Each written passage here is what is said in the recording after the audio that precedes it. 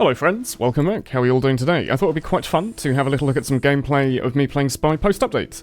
And for today we are running the entire stock Spy loader. I want to show off that Spy, despite the update, where he is probably at his weakest he's been since launch, it's still very much playable. Stock Spy, still an amazing loadout. We're running around using the invis, the revolver, and the knife. Obviously the sapper, there's no reason to use the red tape, it's silly.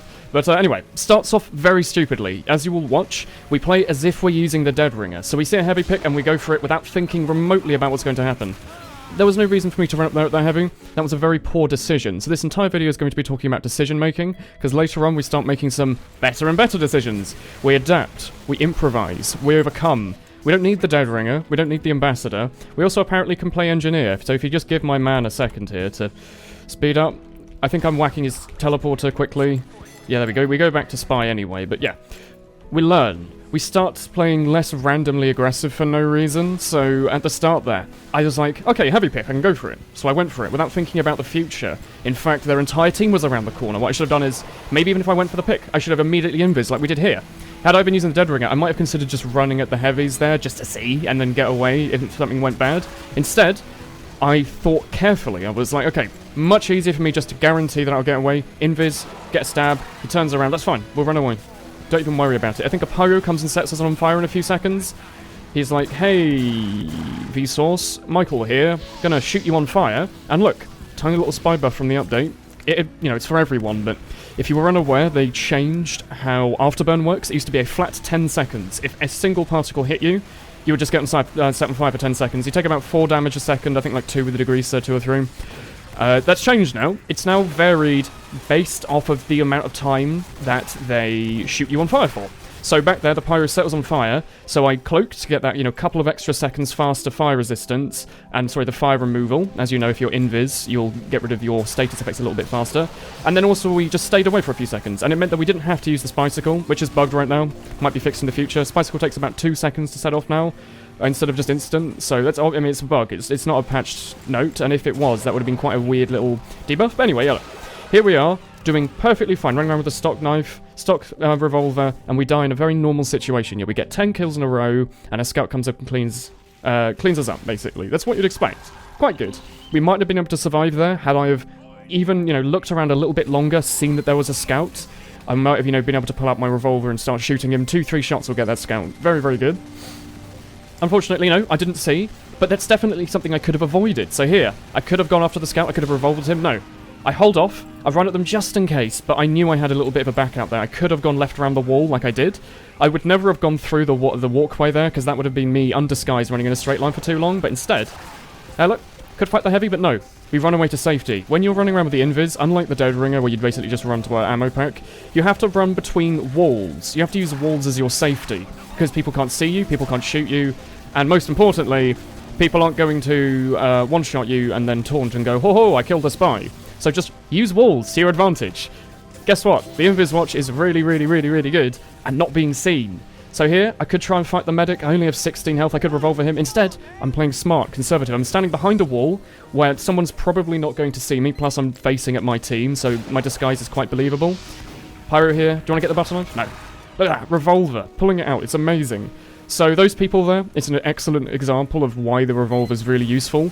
Both of those people were below about 50-60 health, and that meant I could one-shot them. That's roughly the amount of range and the amount of damage that you want to be able to use your gun, your spy's gun for. That's probably roughly what he was intended at launch, right? Like here you can go on like a nighty little trick stab marathon, try and butter knife the soldier to death. Unfortunately get a butter knife random crit, or a backstab as I think some people might call it. Get a little unlucky with the backstab there, but pull out the revolver. This is like textbook spy gameplay. I can't think of a much better way to put it, that we are playing sneakily. There's a backstab there, very clearly, but the game didn't give it to us. Could fight the sniper. I could do anything. Instead, I run back. I go get the health pack. I run somewhere safe. I wait around the corner, you know, run between the giant ammo packs, sure, but I'm safe right now, you know. There's a lot of people there. They're currently very spy aware, so instead I'm an idiot. I decloak in front of a heavy. What was that? I don't remember this. Woolen, you idiot, don't do that. Okay, so instead I'm hiding behind this wall. I could have hid on top of those ammo and health packs back there, but I think it's quite likely people would have chased me onto those, because that's where they'd assume me to be, right?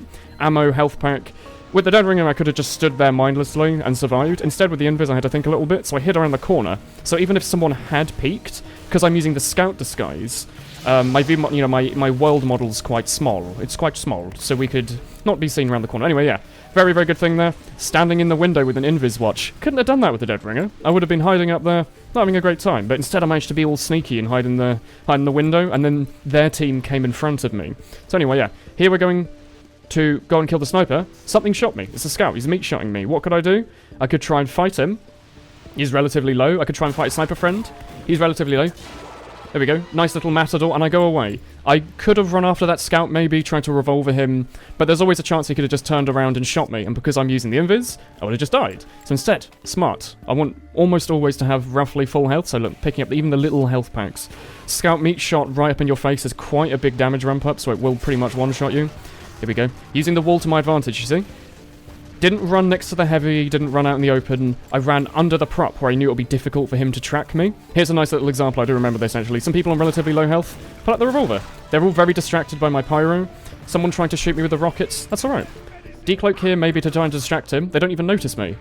My plan there was to... My plan there basically was to distract them by thinking, hey, there's a spy over here, and then run somewhere miles away. I quite like doing that, because you can just suddenly decloak with the invis and lead people where you want to get away from, basically, to put it nicely. Here we go. Soldier disguise. Should have worked out. I heard a backstab noise there, and even in the demo, I heard the backstab noise, but unfortunately, the direct hit, it's a direct counter. Probably just the best idea to run away. If you whiff a stab, they'll probably realise if they're in mumble with that medic, the medic will be like, hey, there's a spy on you. Definitely should have just invis and run away, but that's something I can keep in mind now. The direct hit, horrifying. It will just one-shot you. So here we go. The wall of ancient and wonderful mystical things. A pyro comes and sets someone on fire. We get a kick. We just get a little pick before our way out.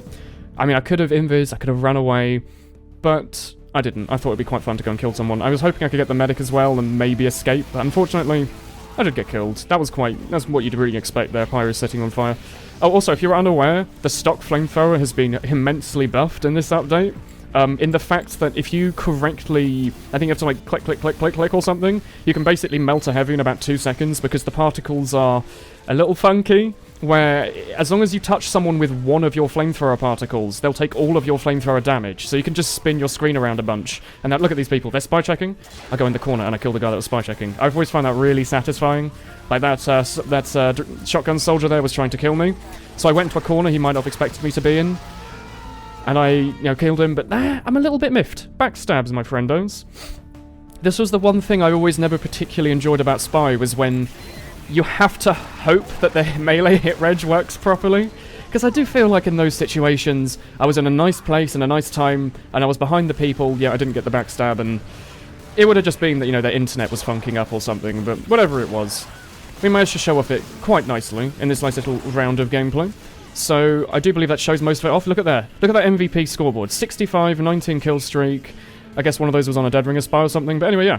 You can still do perfectly fine with Spy after the update. I just thought I'd like to show that off because Invis Spy is still immensely strong. The buffs they've made to you, having a slightly faster move speed, making it so that you lose fire a bit faster with Invis, all that kind of stuff, adds up. Stock Spy is immensely strong. Try it out if you're a bit miffed that they nerfed the Deadringer and the Ambi. I'm as well. Don't worry. I used it a lot for a long time, but don't completely quit and leave because there's still stuff you can do. But anyway, thank you all very much for watching. If you did enjoy this, do let me know, and I will see you all next time. Goodbye.